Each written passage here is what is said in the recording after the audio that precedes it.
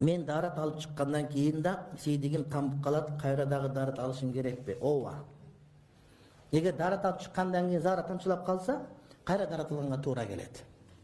Ошон үчүн истибра деген бар. Истибра деген адам darat кылган алган исинче кылгандан кийин ордунда олтуруп деп 3 күнүсүн дейт, эмесин дейт, какырын деп коет. Өзүн бир сигилдесин дейт. Же ордунан туруп кайра олтурсун дейт. Же исинче кылып бүткөндөн дарат албай туруп, нары бери басып, анан келип отуруп дарат алсын дейт. Мунун автору Фетхулле Гүлен айтат, ушул маселени билгенимде дейт, мен жашым канча 13-14 жашта болчумун дейт, кийин билдим дейт. Ушул билгенге чейинки намаздардын баарын казасын окугам дейт. Ушундай адам. Истибра.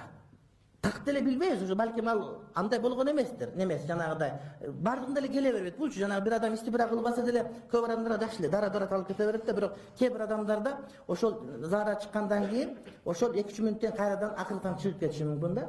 Ошол истибра керек. Бул айтат, ошону укканда мен шектенип калдым дагы дейт. Ошол 3-4 жылдык намазымдын бардыгын же 10 жылдык байтур билбейм, бардыгын казасын окуп чыккам деп айтат да. Ушундай адамдар.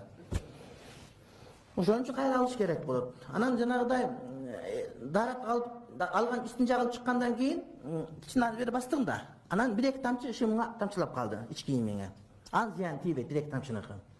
Анан кийин дарат алып кете бересиз, боло берет.